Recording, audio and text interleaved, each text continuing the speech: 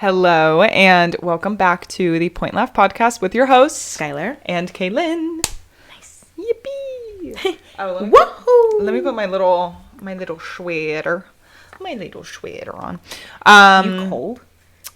It's a fuck billion degrees in I'm here. not cold, but I'm not warm. I'm getting titty flops And I also, already. oh my god, I can't lie. Yesterday, so we talked about that we're recording 2 episodes in one again today, which we may continue to do. I don't know. We're testing the waters. But as you may have heard us talk about in last week's episode, we went to the Renaissance Fair yesterday. And no, all I was going to say is I cannot. Oh yeah, Skylar's pointing out her sunburn. It was unfortunate. I can't even lie. Yesterday, so Skylar like drove a bunch of us home. She was our DD. And I'm kidding. We didn't. We didn't drink for some reason. No, I had one little drinky, which was fun for the joust, the queen's joust. Yeah, but that was kind of it. But then I got my freckled lemonade at Red Robin. But anyway, you were like blasting the AC last night, and I was like, but I just run. I don't know. I really feel like I am the lizard people. You could have fully taken advantage of the jacket that I keep in my car. It was in the trunk. No! It was in the trunk. We moved it to the trunk so that we could fit 3 people in the back. Yeah, damn. But I was like, we're almost home. It's okay. It's fine. And also there's nothing, I don't know. There's like, whatever. I can be cold. Like, it's fine. But like when you're hot, you're like, what can you do? Agony. There's nothing. Yeah. So I understood and it was fine. Today's appetizer for this podcast. I didn't realize this because I thought it was going to be like a fun little exercise. Be like, who was your OTP? Let's talk about it. Because I feel like when you ship, when you're an avid shipper, who your favorite ships are says a lot about you and like what type of romance that you like and the dynamics and characters that you gravitate to. I think it actually says quite a lot about you. Didn't realize how much I ship people until I actually started to write all of them down. And then I'm like, how about you do yours, Kaylynne? And you're like, I can't think of really any. And I have 15 on my list right now. I had to scrounge the bottom of the barrel to fucking find one. Because the thing is, and we were talking about this earlier, I am more, you said it perfectly, I'm a self-insert. I am much more like, I'll clock a cute boy in a TV show or something that I'm watching and I attach myself to them. I'm a voyeur. Yeah. Or I'm just like, oh, I love you guys. Oh, God love you. Do you need anything? Some snacks? A condom? Just let me know. No, I'm that way because you're going to see this on this list. There's only one lesbian ship in here. And you think they'd be like, how come? It's because I'm the same way. When I see, like, canonically... First of all, there's not a ton of canon lesbians in media that I watch and consume and like. Yeah. But for most of them, I'm just like, that should be me! That should be me! So, well, a lot of these are either gay or hetero. So, apologies. Trigger warning. Hetero incoming. I feel like this should surprise no one. My current OTP right now is Charlie and Nick from Heartstopper. I'm sure surprising nobody. And I feel like I don't even really have to explain it. I don't have to explain this one. What's there to explain? What is their ship name? Is it Chick or Gnarly? It's Gnarly. Gnarly. But people don't really... I feel like don't say ship names were way more of a thing. Like when I was on Tumblr in like the early 2000s, whatever. Yeah. I feel like just saying the characters' names in like a side-by-side is way more common just because like people don't want to say Gnarly. One of the only good hetero ships is Peeta and Katniss. So you just say Katniss and Peeta because when are you going to say their ship name? Penis? It's humiliating. Yeah. So I think you just it saves everyone's time and dignity to just say the characters' names together instead of having to awkwardly manufacture a ship name. I feel like that's so 2010. Yeah. No, that's so true. I feel like I don't have to explain Charlie and Nick. If you don't ship them, I hate you. Yeah.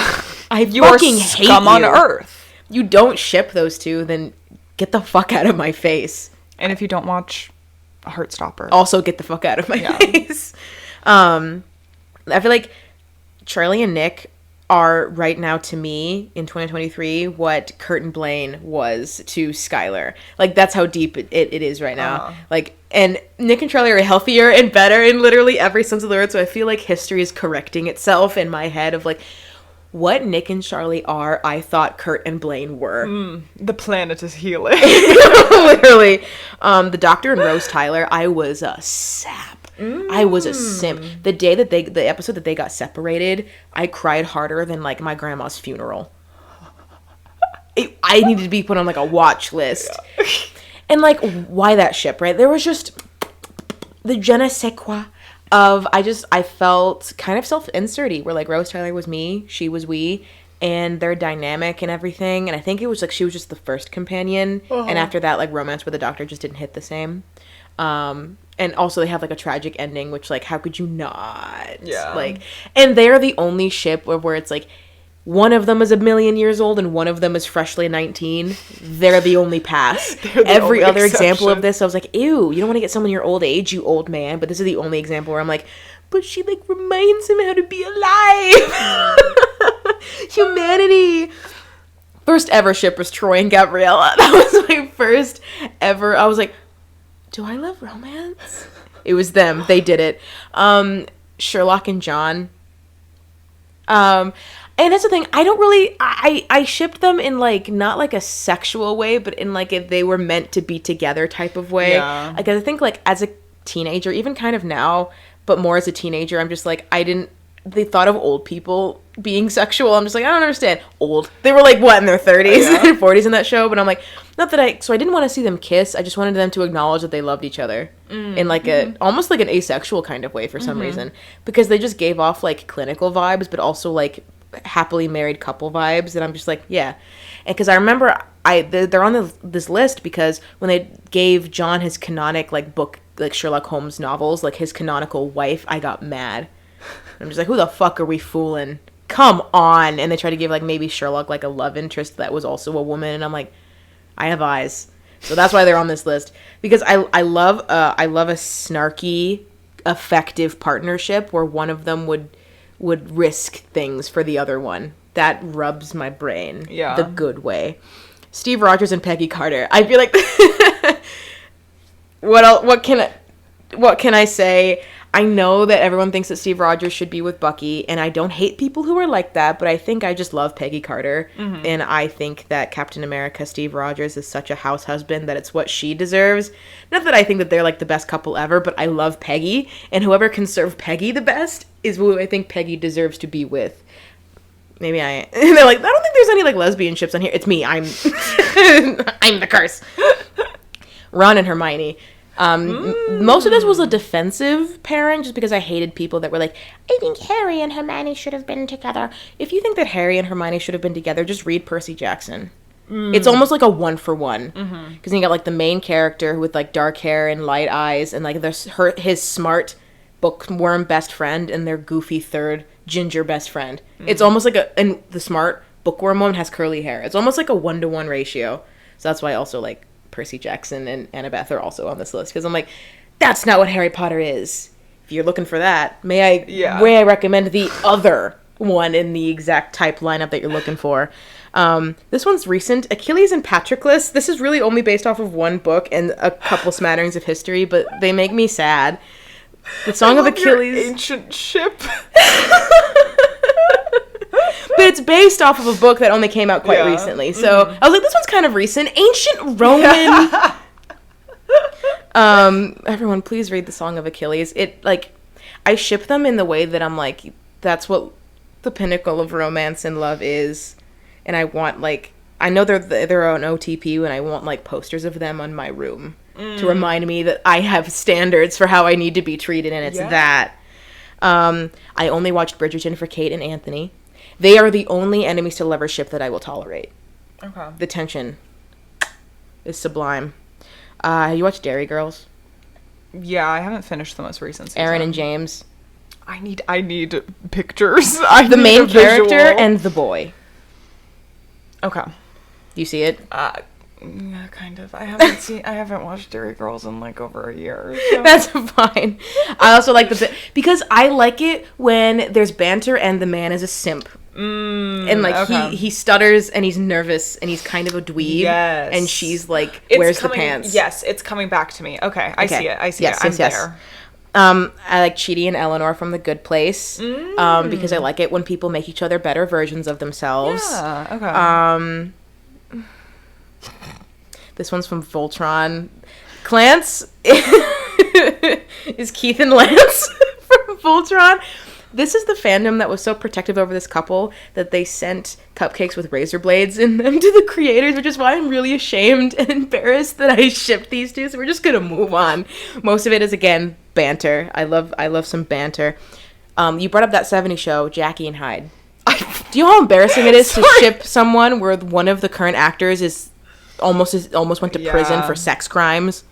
Yeah. That was funny. Sorry, I was laughing because you said you brought up that 70s show. I did not bring up that 70s show. Yes, you did! I was scrolling through an online article because I was like, what the fuck did I watch when I was like 10? Like, who were my true pairings? And that 70s show came up and I scrolled past it. And I went, oh, good point. I'm glad you brought that up. I almost forgot about that 70s show. Because I love pairings that you think wouldn't work together, but they, again, like, make themselves better people. They cancel each other out. Because, I see that one. I get apart, that. I didn't like them. And then together, I was like, oh, look at you, improving, bringing out the best in each other, maturing. And then, again, they broke up, and I was fucking devastated.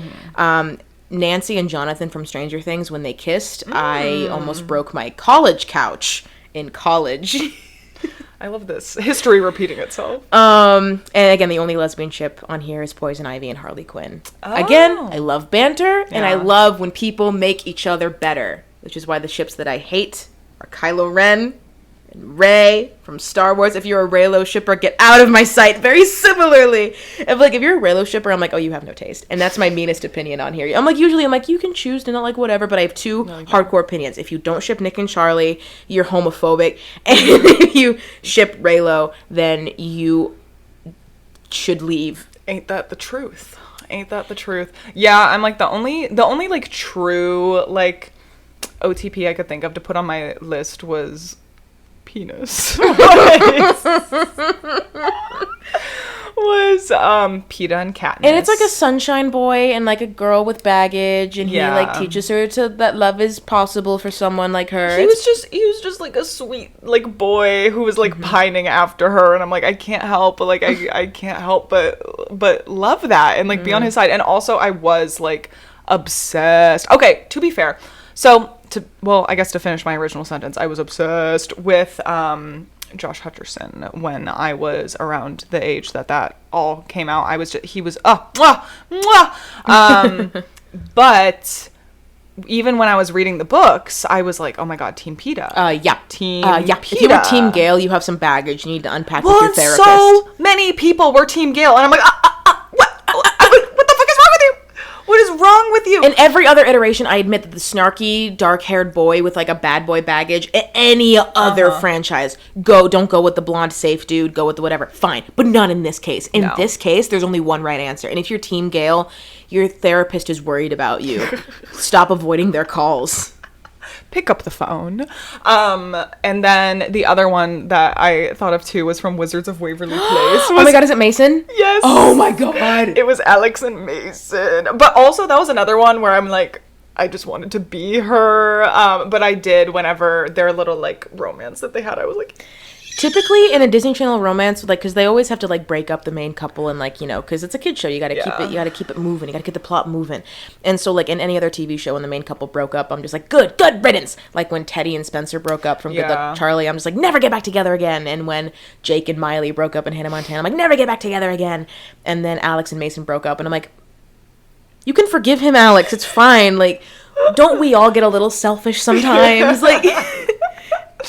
Don't we all get a little jealous? You can forgive him. You can move past this. No, I was. Oh my god, I was obsessed. Also, who's that actor? I can't. Why can I not place him? The only thing I can think of him right now is that Pass the Plate. Oh my god! Like, sometimes even coconut and banana for when I want something sweet. Here we go. Mason Grayback was his character's name. Okay, where the fuck is his? I guess I could just look up Mason Grayback actor instead of fucking... Oops. Greg Sulkin! With 2 G's. Greg. Yeah, no, he was definitely... I was like... I mean, look at that face. How can you not be obsessed when you're 12 years old, you know? Kit Connor. Oh my, are you Oh my serious? god, it does. Oh my god. Imagine Greg Sulkin with red hair. That's him. What? Are you serious? Wait. We have to pull up a side by side. Okay, so we're comparing Greg. Remember we said that Sulkin. the Kit Connor and I looked like siblings, and I almost killed myself. Do you remember that? I should, because every time I see a cute picture of either Joe Luck or Kit Connor, I save it to my phone like some sort of creepy fangirl now. And I was showing her a picture, and she's like, What do you mean, hey, like hold that some up. sort of? Oh. I think you just mean like. Oh.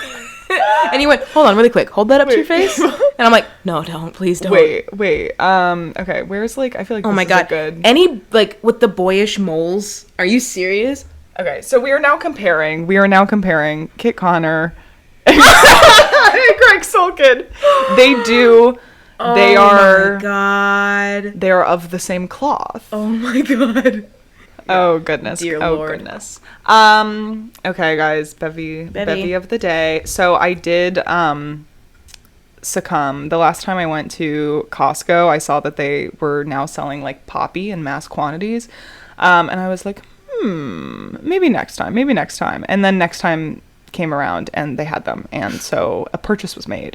But this is the strawberry lemon, which I have not tried, so maybe it'll suck. We'll see. Wait, can I do a little No. Sorry. That was the most agonizingly slow Oh my god, opening wait, of a that can. smells good. It smells like a little strawberry lemonade. And you spit it out. It doesn't taste like a strawberry lemonade. Uh-oh. It's fine. It has a little. Oh no. It has a little bit of an aftertaste. Why'd you slurp it like that? Yeah. I don't know about that one, Chief. There's the kombucha part. Found it. Got the it. kombucha. Yeah, it says probiotic health drink on the side. I always assume there's some sort of booch involved whenever it says probiotic health drink. Prebiotic? What did I say? Pro. What's the difference between a pre and probiotic? I actually don't know. Let's see. Guys, this is a podcast of education. Solely educating ourselves, actually. Prebiotics and probiotics Oh God, it's all hypothetical. Da-da-da. Do you even know what we're doing in here? I know. This is why I think I've said this before about this, like, I don't know, stupid little drinks like this where they're like, Aftertaste sucks. it improves your gut and it does all these things. The And microbiome. You know what? Even if it doesn't, I don't really give a shit. It's a fun little drink, and you know what? Maybe it has a placebo effect. I don't know. Like, a placebo effect is still an effect. Doesn't it matter? This is so. I need a science class. Wait, when there is enough prebiotics in the gut, it helps the number of probiotics to multiply. Yeah, so I think probiotics are the bacteria, and prebiotics is the food. If we're wrong, no one come at us. Yeah, okay. Probiotics are live strains of good bacteria that may have numerous health benefits. Prebiotics are substances from carbs, mostly fiber, that feed the good bacteria. Yeah. Okay. So probiotics are live strains of bacteria. Prebiotics are substances to feed the bacteria. Okay. Well, that has nothing to do with anything we're talking about. No. You're welcome, audience. And you know what? And this is a place of learning. So you're welcome. Yeah, so I mean, I'll drink it. It's fine. I'm so glad that I have like 14 more of these in my house. You're gonna keep siphoning them off to people who come over. You're like, you know what you can't have? No, I only have like maybe 3 more. I don't know. It was a pack of like 18 or something. Oh my god! Actually, speaking of drinks, sorry guys. Now I'm just going on a tangent. Speaking of drinks, the other day I got. I love a hard kombucha. I feel like I've spoken on this before. It is like, I'm not a beer girl. I don't like beer, so I'm like, a hard kombucha is like, it makes me feel. It gives me that like. It tickles the little like cool girl part of my brain where I'm like sipping on a little spirit, but it's a hard kombucha. Like, I feel like it's kind of the same vibe as a beer. But anyway, so I like hard kombuchas. But I do feel like they're kind of hit or miss with the flavors. Like, hit or miss. Like, I eat Ancient 2020. Like, I either love it or it's like the worst thing I've ever put in my mouth. And I had the unfortunate experience where I bought a new brand of hard kombucha at Trader Joe's. I don't even remember what the brand name is, so sorry. Probably like Joey's, because they're always so like cutesy. No, it wasn't a Trader Joe's brand. It was just some, I don't know, they just had it. But so I tried one flavor. like perhaps one of the best hard kombuchas I've ever had. It was so good. I tried the second flavor. So good. Tried the third flavor. Disgusting. I literally had to pour the can out because I was like, I cannot drink it. Like, I am someone who, I hate wasting things. So I'm like, even if I don't love it, if it's edible, like, I'll finish it. Like, it's fine. But it was literally like, I could not. So now I have like 2 more of those in my fridge. But now I'm like, do I still buy the variety pack because I love the 2 other flavors? But then it's like, what the fuck am I going to do with the one that I hate and is inedible? Like, what happens then? So yeah, that's just what I've been experiencing in my life recently, in case anyone was curious. Okay, hard pivot. So, if you don't know, if you're not aware, I am a avid reality TV consumer. Frankly, I don't even call it a guilty pleasure because it's just a pleasure. Yeah, I speak on it enough. I have no shame, and I don't think, and you know what, you shouldn't either. I don't think there's anything to be ashamed of when it comes to there are a couple things. It's like nothing. And we'll get into it, and we'll get into it. But so I'm going to be talking about reality TV this evening, and this is going to be another call out episode where I'm like, yeah, and that's me, and I am the consumer. Yeah, at any given point, and I feel like I should say this, especially considering like last week's episode, when we say like, when we're like kind of giving our 2 cents about like some people in the population, 9 times out of 10, it's a self-dig. Like, I don't ever think that I'm better. Oh, okay, never. But usually, like with the wellness episode, like, I'm not better than the wellness girlies. We see ourselves in them enough that it's just like, occasionally we need to be self-reflective. Yeah. And this is just an exercise in self-reflection. Oh, so well said. And you've never been more correct. Yeah, so let's get into it. So do you watch much reality TV? What do you enjoy? Not really. I'm more of a scripted I guess because like I personally I don't love drama, and I feel like that's 9 times out of 10 what reality TV show is. And plus, like, as fun as it is to yell at my TV, like, I would much rather watch characters that I care about versus like people that I think are dumb experiencing life. Like, it's why I prefer Parks and Rec over the Office, because it's like I want Leslie Knope to succeed, and I don't like watching Michael Scott flounder on the screen. Kind of similar, where it's like, if I had the choice, I would much rather have like scripted content where I can be like, where would the story go next, versus like, have you ever wondered what the world's most stupid and shallow and evil people want to have sex with this week? It's like, not really. I haven't really thought about it much. I'd prefer if they got nothing, if I'm keeping it a buck. And I wish I were you. The jealousy is raging from within. No, I've definitely noticed. I don't know. I've like always kind of liked reality TV, but definitely probably during the pandemic, and just like, I feel like when my life gets really busy and chaotic, I revert back to reality TV personally for myself for multiple reasons. One, and I'm gonna, I'm going to get into all of the reasons why reality TV is, I guess, approachable and like enjoyable for so many people, or the reason why people like gravitate towards reality TV. But personally, I find myself in a place of watching reality TV when I'm overwhelmed and I need a form of escapism, or when I'm really busy and I frankly don't have like the mental energy or capacity to like really pay attention and follow along to like a scripted show. And I love like, I wanted to be like a TV writer. Like, I fucking love reality, or not. Oh my God. Nice. I love scripted. Slip. I know, literally. I love scripted content. But so much, well, at least the good stuff, like, you have to sit down and pay attention to. Like, you can't have any distractions, or you're going to miss something important. You're going to miss like an important character detail or a plot point. And so for that reason, scripted TV, I find myself watching much less often, because it feels like much more of an investment, to be honest. And I don't have a ton of free time, and when I do, sometimes I just don't want to think. So I think that's a big reason why I watch a lot of reality TV. And there are other reasons too that we'll get into, so let's get into it. So the first reason why a lot of people really enjoy reality television is obviously like the entertainment factor and the escapism that I just spoke of. Reality TV offers, like easily digestible, entertaining, and often like overly dramatic escapes from everyday life. Like, you're gonna see things that, maybe they're real people, so there are things that like might be relatable, but for the most part, a lot of reality TV is like these people find themselves in situations that the average person is never going to experience. Yeah.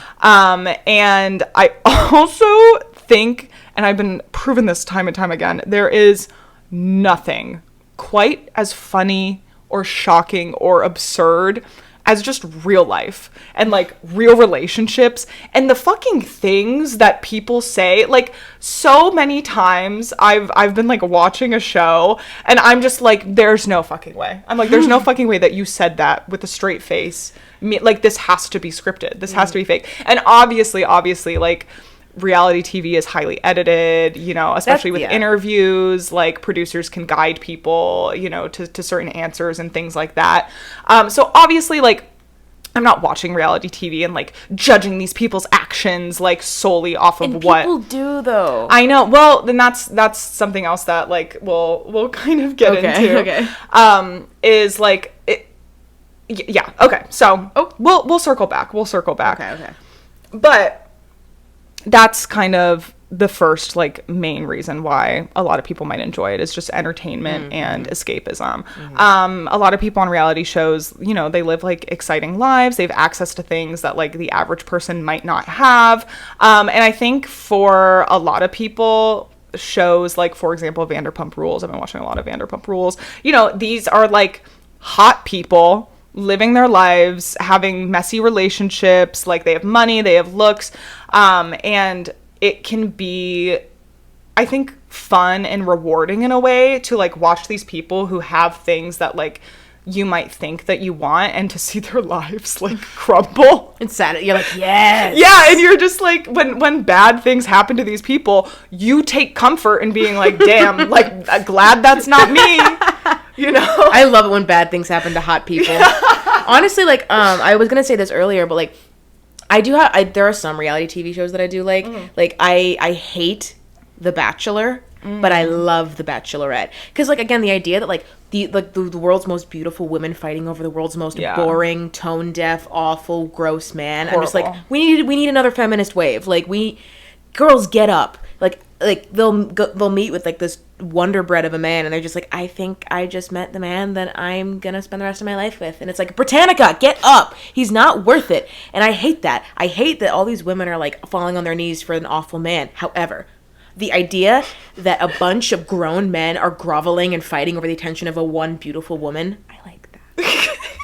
And I think that's what God wanted for us. I do. As a society. I think that's what God intended. Like, editing pulls me out of it, though. Because, like, I'll get into a reality TV show, and then there'll be one line that's so poorly edited that I'm like, oh, this isn't real. I don't even know. It'll be like, I think that maybe there is... And I think, like, Australia is doing something really severe. And you're like, oh, you could have...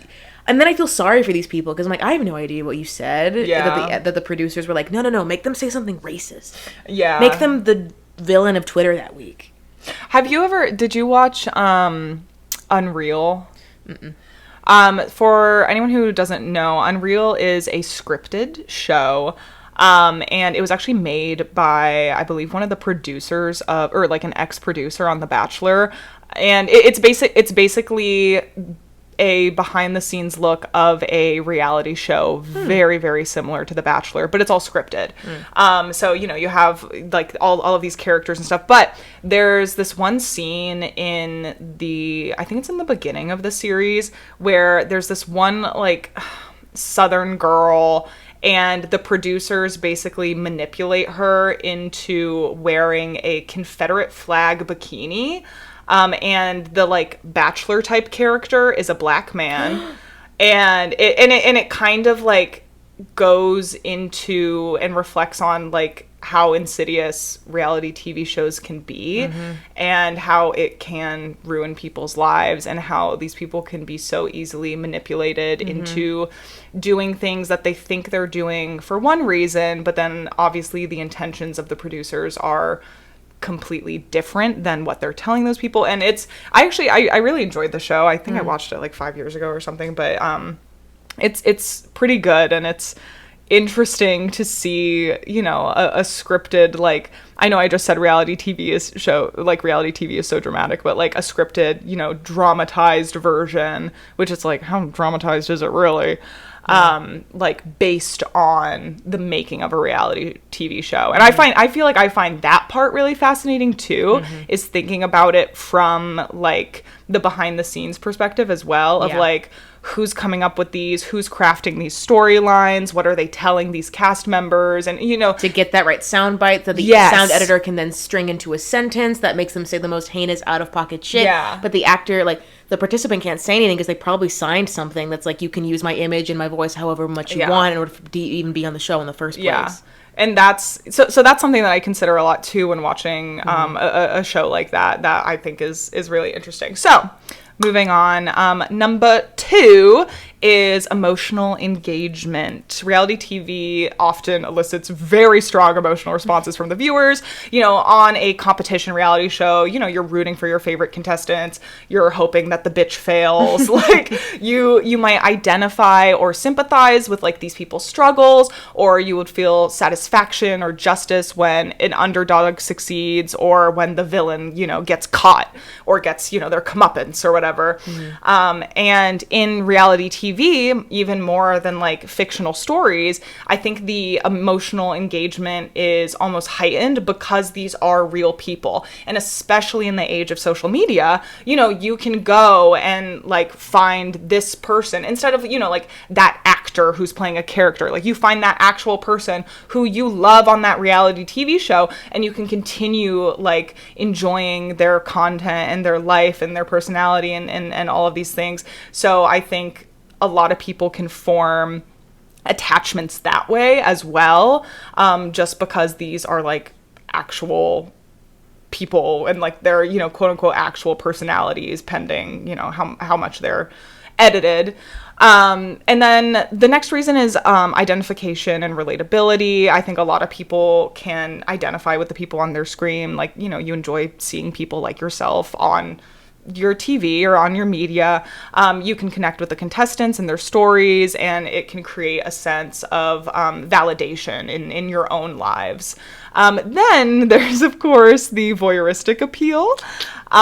So reality TV can provide a window into lives of like others who you may not come across or experience in your own social circles or your own lives.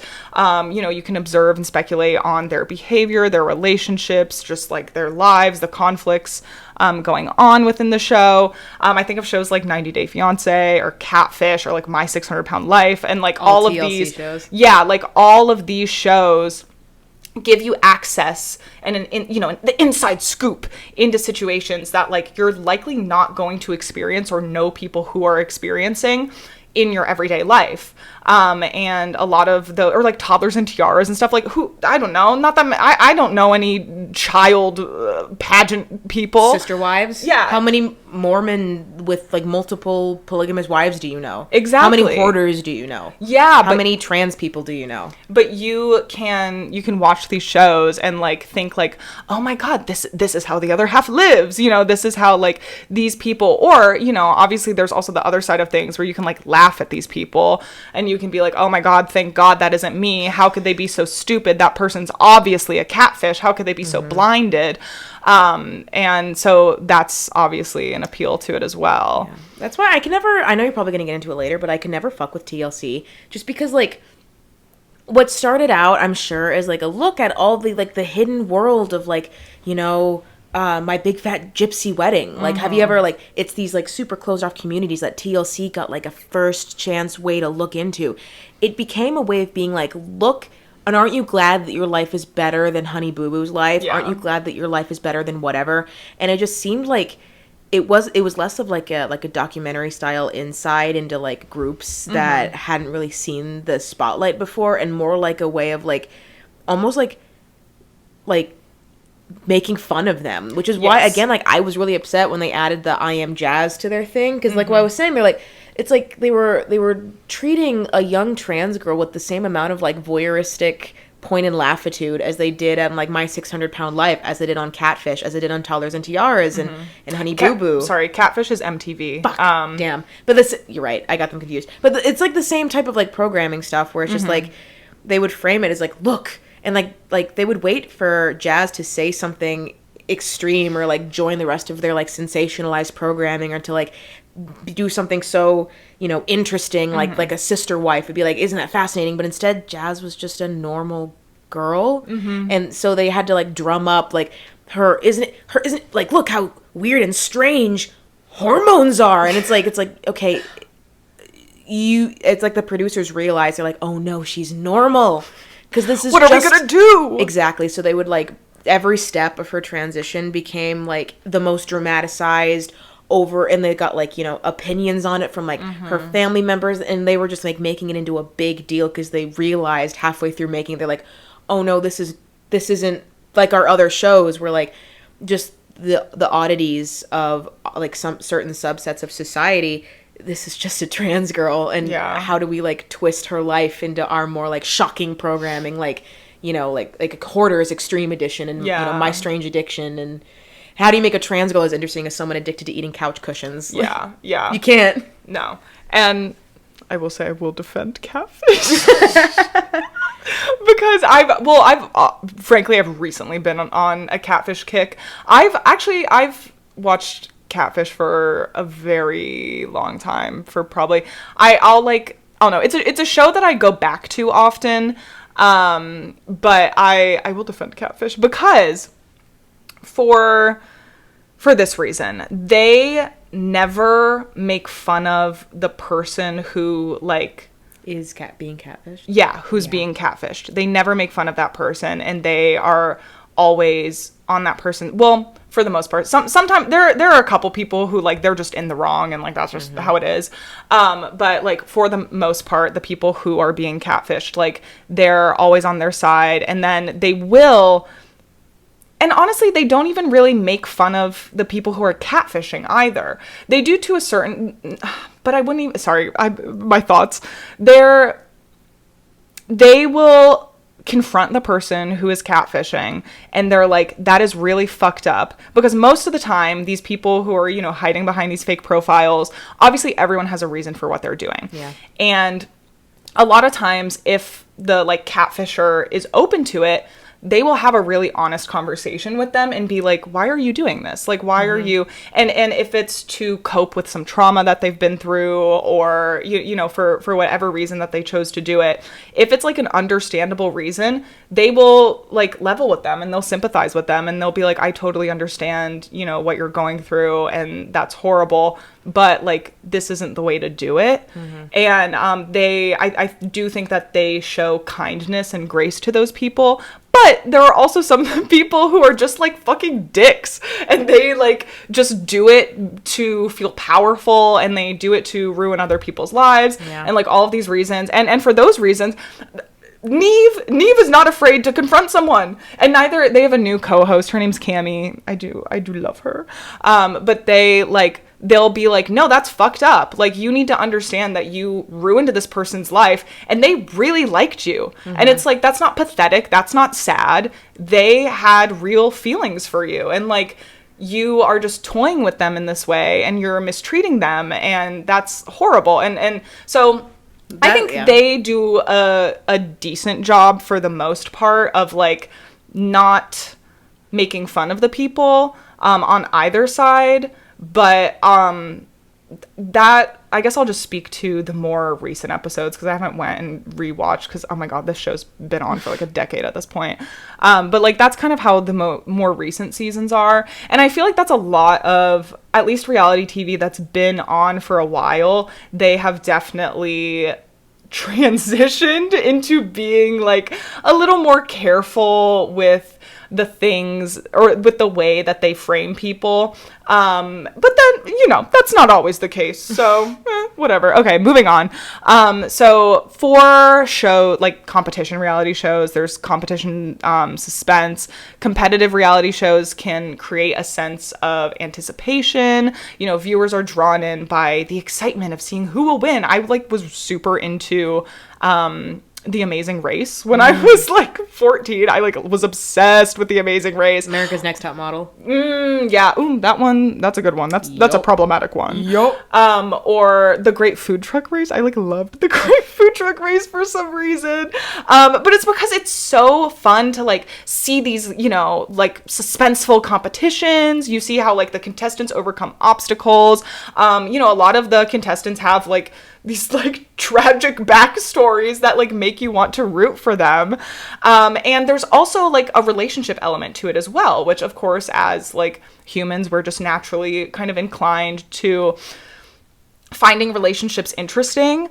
And, you know, in a show like Survivor, for example, like competitors form alliances or they might make enemies with other contestants. And that aspect of it is very captivating and mostly more captivating than the actual like competition part of the show. Yeah. It's just like the relationships that are formed and how these individuals like handle themselves and handle other people under, you know, stressful circumstances.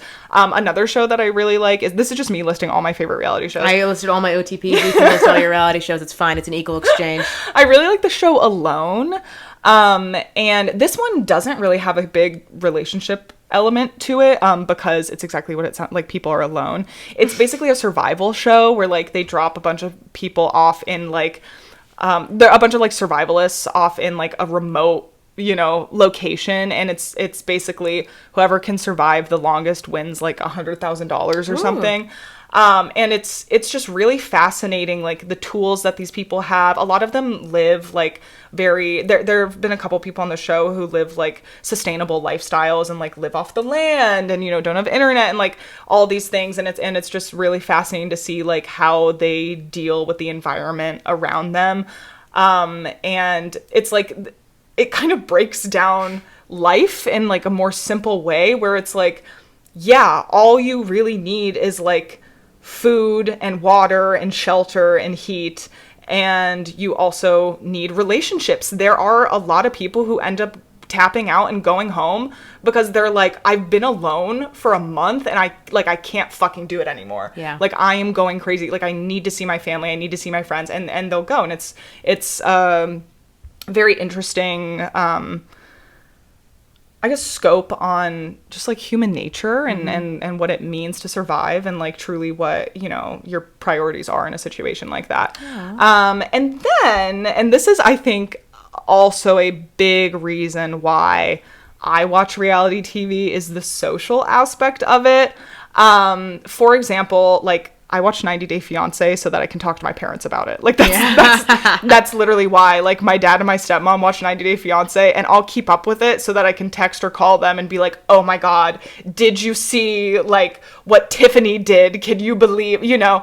And like that's a huge reason why I watch a lot of reality TV. When I was in high school, I started watching The Bachelor because everyone in my class was talking about it. And I'm like, I want to be able to talk to them about it. I want to be where the people are.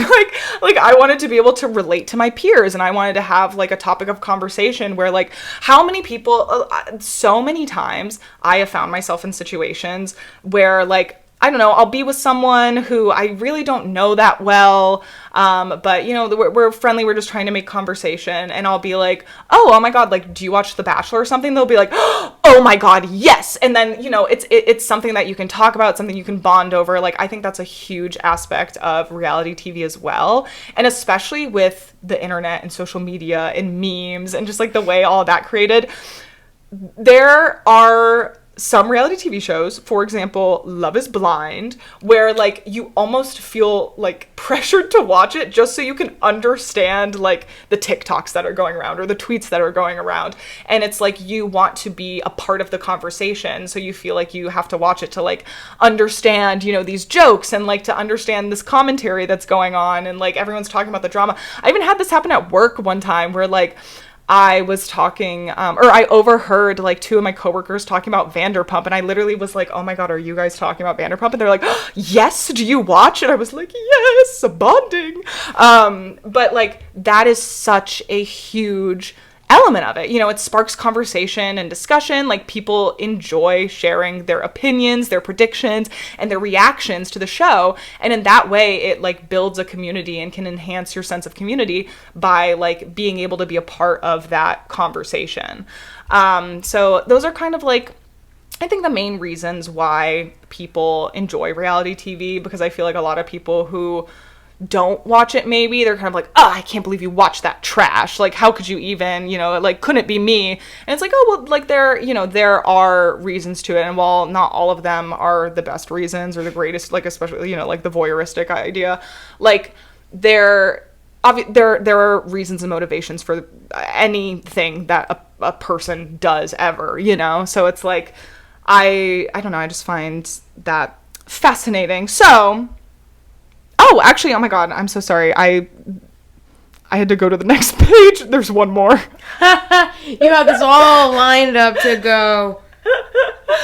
There's one more, which I already talked about a little bit earlier, but it's easy consumption. Like, reality TV just is simply not as complicated as like most good quality scripted shows. You don't have to pay attention as closely. For example, something like Catfish, like again, this is just me saying my own life experience, but like a big reason why I watch a lot of reality TV is because it's something I can put on in the background while I'm researching for the podcast, for example, or while, you know, I'm working from home, or while I'm cleaning. Like, I don't have to pay that close of attention to it, so I can have it on in the background and like still be somewhat entertained and still be able to keep up with like what's happening in the episode or within the season or whatever, without having to pay that close of attention. Whereas like if I tried to sit down and watch like Breaking Bad, you know, while working, I wouldn't be able to get anything done, or I'd have to constantly pause and rewind, and like, because you miss things.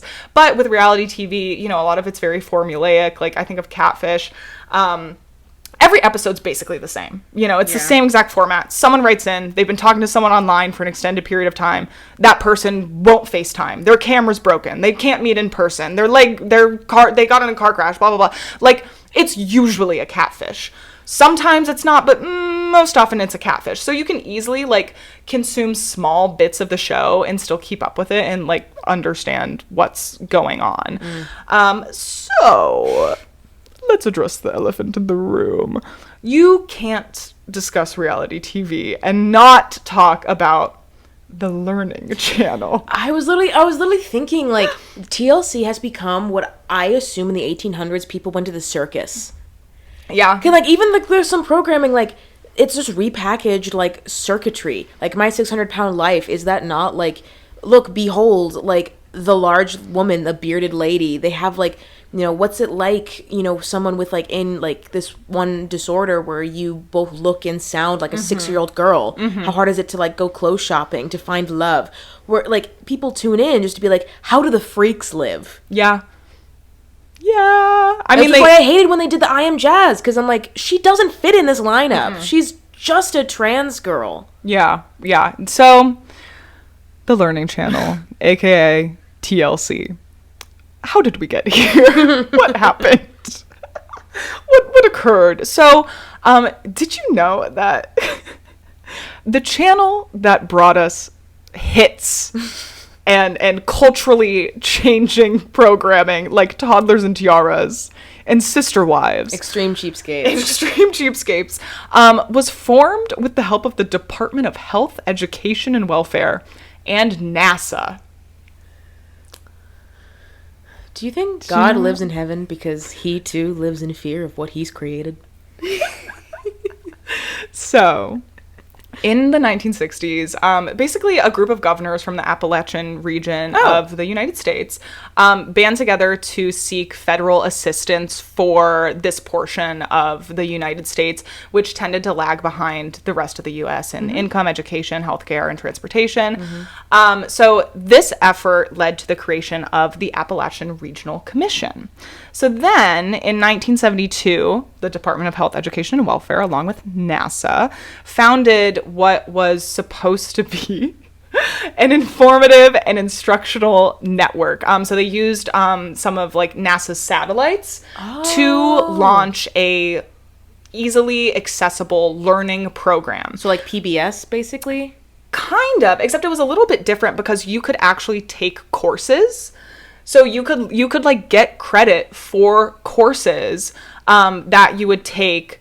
So it ended up being called the Appalachian Community Service Network, or ACSN. So the Appalachian Regional Commission joined the Department of Health, Education, and Welfare and NASA to create the Appalachian Community Service Network, ACSN, which then turned into the Learning Channel. So it basically delivered educational content directly to cable systems. And it was specifically in that region. So it all started in like the Appalachian portion of the United States. So in 1984, the network shortened its name to the Learning Channel. So it originally started as, like I said earlier, like direct like coursework, basically, where you could take classes through this programming. It was mostly in school, so it wasn't like in the home.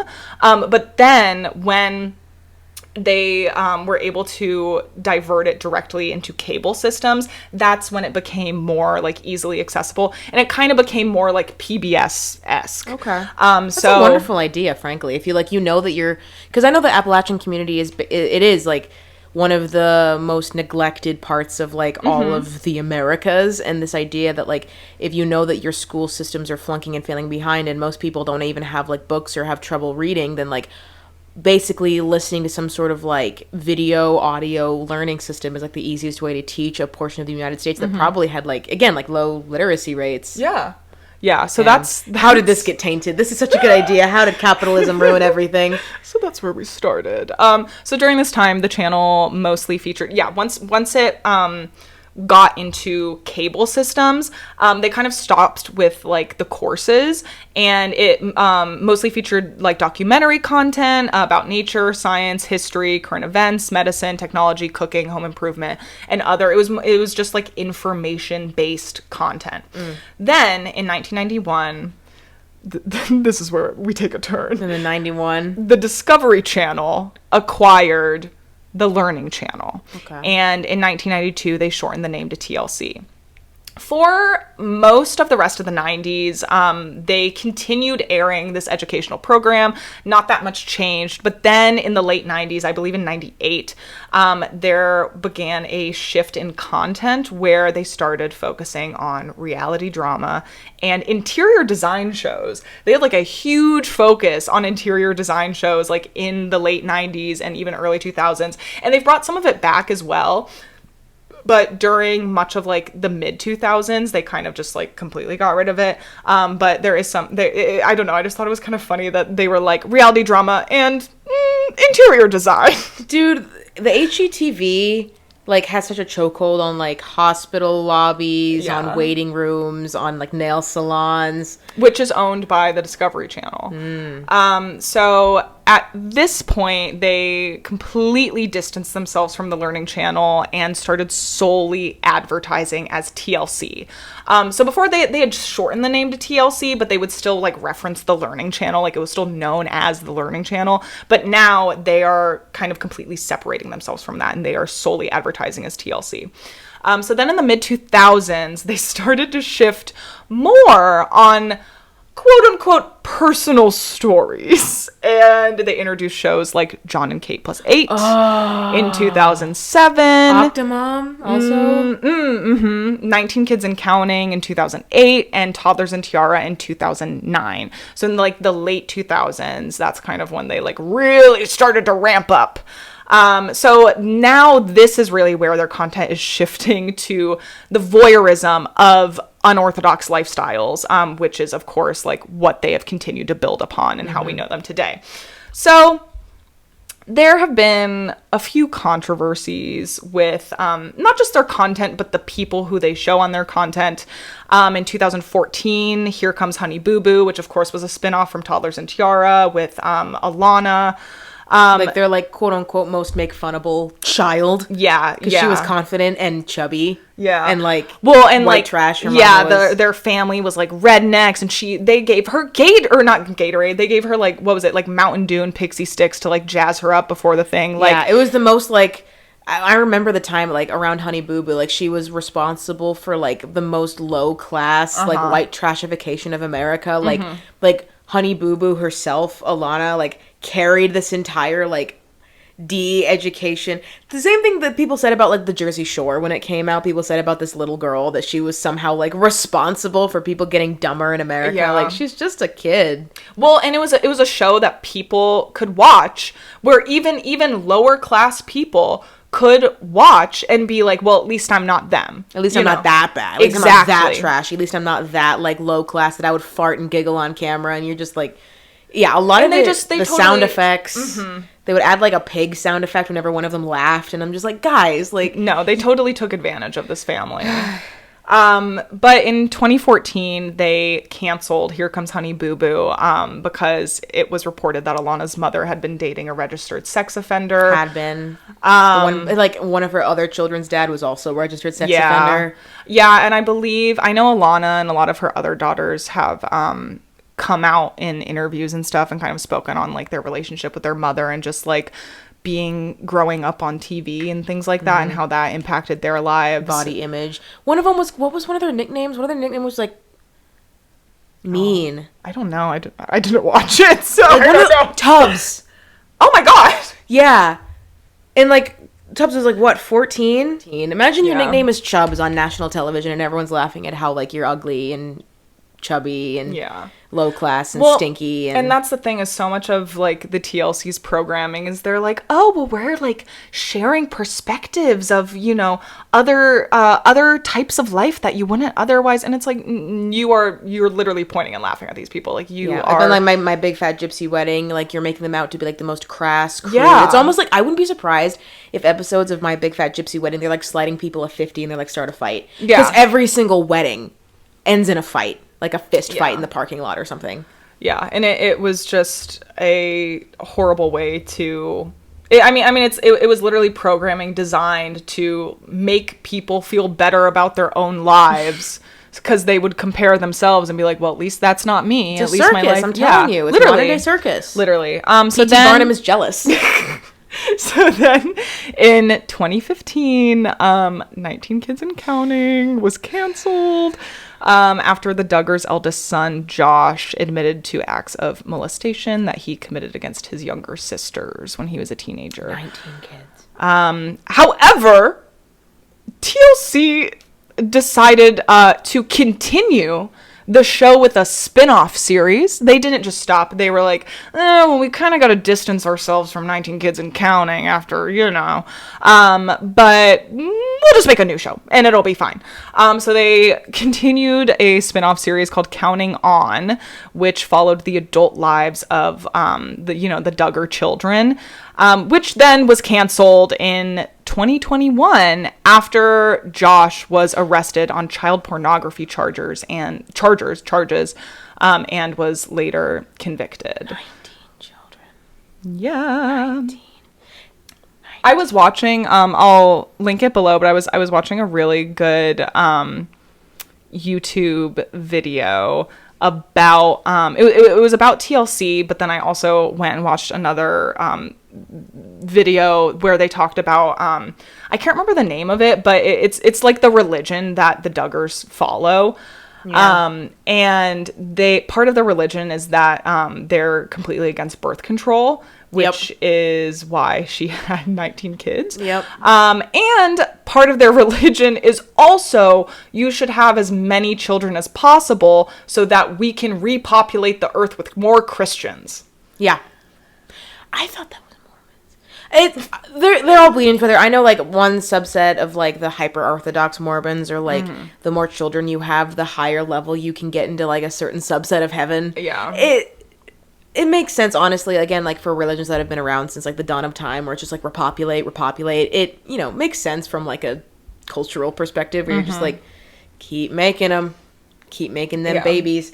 Well, it's literally like, if we can just outnumber everyone else with our Christianity and whiteness, our army will surge. Yeah, then like the world will be right again. And it's like, oh. God, 19 kids. And then like people have, people already say that like in large families that of 5 that the older sibling has to basically be a kid.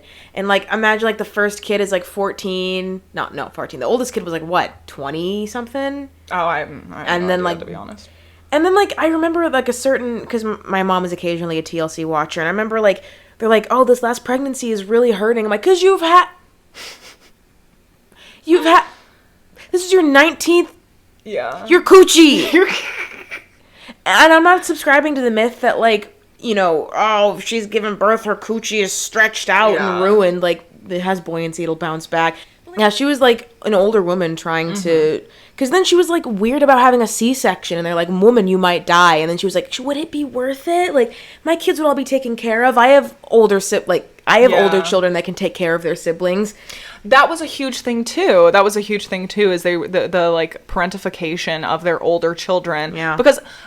I mean, of course, how the fuck do you have 19 kids without relying on your like your elder kids to pick up some of the slack? Like there's just literally no way. You cannot give that much attention or like spread your attention that thin, So of course that was part of the elder, children's responsibilities as well, was taking care of the younger children and basically like fucking raising them on behalf of their parents. But yeah, that's a show that I have not watched, and I'm not super familiar with other than like the YouTube videos that I've seen on it. But that is kind of how we got to where we are today with like TLC specifically. Yeah. Give me a beat. A beat? Yeah, just give me a beat. Joshua, Jenna, John David, Jill, Jessa, Ginger, Joseph, Josiah, Joanna, Jedediah, Jeremiah, Jason, James, Justin, Jackson, Joanna, Jennifer, Jordan, Grace, Josie. Yeah, they were all J's. All J's. You just know that... Ginger with a J. You just know that Kris Jenner is like, damn it, they stole my bit. No! They had to invent J names because they took them all. Yeah. Imagine having so many children that you have to invent J names because you took them all. Actually... oh my god. Thank God. I was like, did they just not say Jack? Did they skip that one? No, they eventually did do Jackson. Thank God. Because I'm like, boy, ain't no way, boy. You pulled out Ginger with a J, but you forgot that Jackson existed. No, they got it. Every J name is present and accounted for. Don't you fret. The next kid's name's going to be Jägermeister. The next kid. Yeah. They're just going to keep rebooting, and every year, like, one of the kids will, like, fade out. Like the end of America's Next Top Model, where it's like, da-na-na, and, like, one slowly disappears from it's going to be the family picture. And every year that someone goes to jail for child porn, one Duggar slowly fades into the background until only, like, one is left, and it's Josie, who, like, goes to prison for war crimes or something. Yeah. Well, that was the other thing, too, with Josh, is that the parents said when they were like, yeah, when we knew. They knew. They're like, yeah, when we found out, we took him to professional counseling. And it was just the church. Yeah, it was literally just the church. And I think he did, like, one meeting, and that was, like, the end of that. And it's like... No, guys, you don't understand. We prayed for him. Yeah. Literally the most powerful form of healing. I don't know what else you wanted from us. Yeah. That's what you're supposed to do. Eep. Yeah. So I don't know. I'm obviously I'm not completely against reality TV because I do enjoy it to a certain extent, but I also feel like I watch most of it. I'm not going to say all because I'm not perfect. But I watch most of it with the perspective of, knowing that this is something that is highly edited and this is something that where people are being led to, do certain things or say certain things. And especially shows like Love is Blind and stuff like that, where you're not following these people for like years and years. Yeah, you're seeing like 3 weeks of their lives in a very stressful situation. Exactly. That's highly edited. That's competitive. That's like, I watch shows like that and I'm like, I'm not judging those. Like, I don't fucking know those people. Yeah. At the end, like, I don't know those people. I have no idea what's going on in their lives. I have no idea how they actually are. But like, again, the things and that people say and the things that people do are there. There's just nothing quite like it. There is just nothing quite as hilarious and absurd as just like real like life. It's just like the things that people will fucking say on camera. I often think, because like I know Hannah likes to watch Love is Blind, and honestly, like I think this to myself, that I think it could be pretty good. I was like, I could be on Love is Blind. I think it'd be fun. But two things come to mind. One, I'd be too much of a baby if like they saw me and they'd be like, in like their confessionals, be like, yeah, well, I'm not really attracted to Skyler. Way more attracted to this other girl, but like Josh stole her already. I'm more attracted to Ginger with a J. I don't think I could handle that. And also, like, I would just be so worried that, like, I sign all these documents and then I go in and I'm authentic and I have, like, the time that I have, and then I watch the episode as it airs and I'm just like, I didn't say that. Yeah, I'm like... And, like, just because they decided that, like, the season was boring and they needed to use someone as, like, a punching bag or a villain, because every season needs a villain. That's the whole point. And none of the other people were villainous enough that they just decided to punch me up. And suddenly that's who I am to millions of people. And I'm going to get comments in my Instagram. I'm going to gain followers. I might gain a sponsorship, but I might get, like, hate comments for the rest of my life because some producer decided to, like, make me look like the bad guy because their show is getting kind of boring. And that's the thing. That's where I draw the line. It's like, whatever, you know, I can have opinions about these people and I can, like, bitch to my friends about, like, how horrible Jax treated Stassi on, you know, Vanderpump Rules or whatever. Like, but I am never going to tweet at one of these people. I'm never going to comment on their Instagram. Like, I think that is when the line is drawn. Bachelor Nation scares the shit out of me. Oh my god. I'm just like, keep your opinions to yourself. Why do people feel the need to, like, go and harass these people on social media, dox them, like, all these things because of a clip that you saw on a TV show that's highly edited? Like, get a grip. Truly. That's where it's like, I don't know, you know, I frankly, I don't think there's that much harm in, like, watching a show like Vanderpump Rules and being like, oh my god, can you believe what Sheena said to Kristen in episode 4? Like, I don't think there's any thing wrong with that if you're doing it in the privacy of your own home. No, but if you're just, like, bitching to your friends about it, like, you know, whatever. But if you're going online and you are throwing hatred towards people and you are, like, actively wishing harm and death upon them, like, what the fuck? What the fuck is wrong with you? It's just so easy to get riled up that, like, I think a lot of people who, like, neglect that break and disconnect, because again, it can be so easy and fun to, like, yell at your TV and, like, be like, oh my god, are you fucking serious? Like, what a toxic bastard. It's so easy to rile yourself up. Like, even I'm bringing it back to, like, the Ren Fair that we went to. I got, like, I could feel myself getting riled up. I, like, made a joke to Hannah that, like, we watched, like, the quote-unquote joust to the death. And, like, I got riled up and getting into, like, kill him! Kill him! Then I'm like, I understand why, like, peasants in the Renaissance wanted to go to war. Like, I could feel, like, the adrenaline surging. And, like, honestly, if I'm watching something and I'm, like, have a parasocial relationship with a random, like, reality TV show star, and I think they might have been, like, racist to someone, and I see that they're getting hate online, my first thought would be like, good. But, like, that's not it, Chief. And, like, I feel like the people that get really into reality TV show lack that disconnect. That, like, they might, and also they just might be playing a character to guarantee that they'll be on screen time more. That's the thing, is there are a lot of people who, like, go onto the show and specifically lean into... not here for the right reasons. Yeah, like, specifically lean into a type or heighten their personality because they know that will guarantee them, like, airtime. Like, that's a lot of the people who wind up on reality TV, like, they're there for a reason. Like, they're there because they don't, like, mind being on national television. They want it. Like, most favorite, like, there was a season that I watch occasionally. My sister and I watch America's Next Top Model, and one of the seasons, Christiana was our favorite one, just because, like, she was, like, you know, their quote unquote plus size model. She's more plus size than they had ever had on the show, basically. And she was sweet, and she was very, like, refreshing in that way. And so she made it to, like, the top 3, and randomly, like, they were about to go on the runway, and they're like, Christiana, it's time for you to leave. You've been eliminated. And they didn't really give a reason why. And it was because, up until that point, she hadn't been involved in any drama. So she was boring.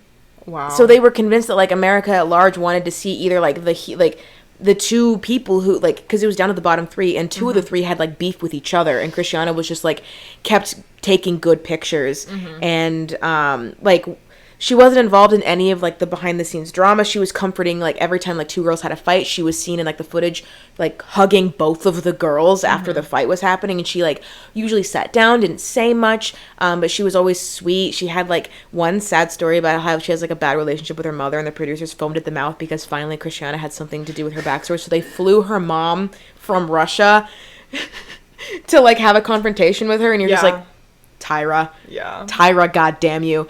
But yeah, well, just always like things like that was this'll like be she so wasn't healing. interesting enough. She wasn't interesting enough to like win America's Next Top Model, and that's when I'm just like became really disillusioned with reality TV show in general. But like I think maybe I just haven't been watching it right.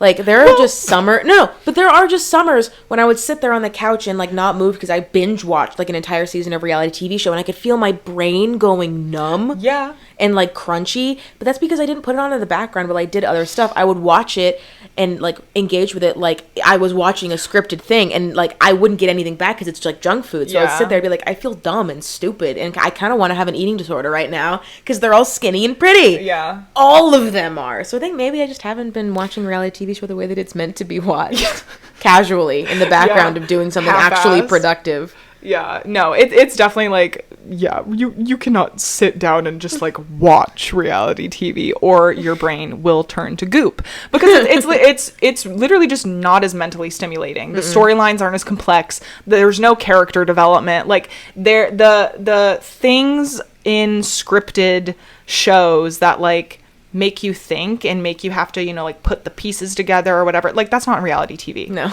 They make it so easy for you to follow along and so easy. They're like, this is the villain. This is the good person. Oh, the villain got kicked off. New villain. Like a celebrity cameo. Yeah. Like they make it so easily digestible. It's like jangling keys. Literally. Like it's, your brain will turn to goop if that's like all you consume. But also I know I kind of mentioned earlier, like sometimes I just need to fucking shut my brain off and just watch reality TV. But like, I don't know why watching a scripted, well, actually I do know why. It is hard for me to like put on a scripted show that like I'm going to sit down and watch, because it's like the idea of it. Like the idea of it is too overwhelming for me sometimes, where I'm like, oh my, like I'm gonna have to invest time in it. I'm gonna have to sit down and watch. And a lot of just like how my home life is right now. Like I don't really watch TV by myself. I really only watch it with other people, specifically my roommate, who we just talk through the entire thing. So it's like, why the fuck would I watch something like interesting that I actually have to pay attention to? You guys were talking over that. I couldn't hear that we're starting over. Exactly. So it's like, I think that's why I consume so much reality TV, is just because this is something I need to work on, frankly, is like being able to just like sit down and focus on one thing and not have a million things happening at once. But if you have a million things happening at once, you know, a little catfish in the background. Oh, is that also... I think that's why, like, both of us get so pissed off when we go to a movie theater and people are talking. I specifically sought out this movie so I could sit down in silence and talking through it. We might as well have been watching Project Runway if you were just going to talk the whole time. Exactly. Oh, nothing makes me mad than poor theater etiquette. There's nothing that... And I'm even getting better at that, too. It's like, my quip can wait. Yeah. And, like, occasionally, like, there'll be something I think is really funny. If it's, like, a dull point of the movie, I'll be like, whisper. Yeah. But usually, I'm trying to get better of, like, the quip can wait. If you're so eager, write it down on a piece of paper so you can say it and put in your Letterboxd review. No joke is funny enough to say it loudly. Yeah. Don't ruin the movie. Nicole Kidman would be so disappointed in you. She will personally come and pee on you. Allegedly. I bring a megaphone to the theater. And another thing, you're just live streaming. Nicole, where I'm like are hitting you? the flashlight over and over and over again. I'm waving it. I started flashbang in the theater. Just a strobe light just going off. Fog machine. Oh, you just pull out a DJ set. Nicole Kidman, and my mouth is open. Oh my god. Yeah. That's it. Thank you guys so much for listening / watching. We are on Spotify, Apple Podcasts, and YouTube. Thanks for giving us a listen, and listen to our other episodes if you haven't. We just recorded a very fascinating one that will be out now because we recorded it before this, and it'll be out before this. So give that a listen, and all the other ones, and tell your friends, and we love you. Bye.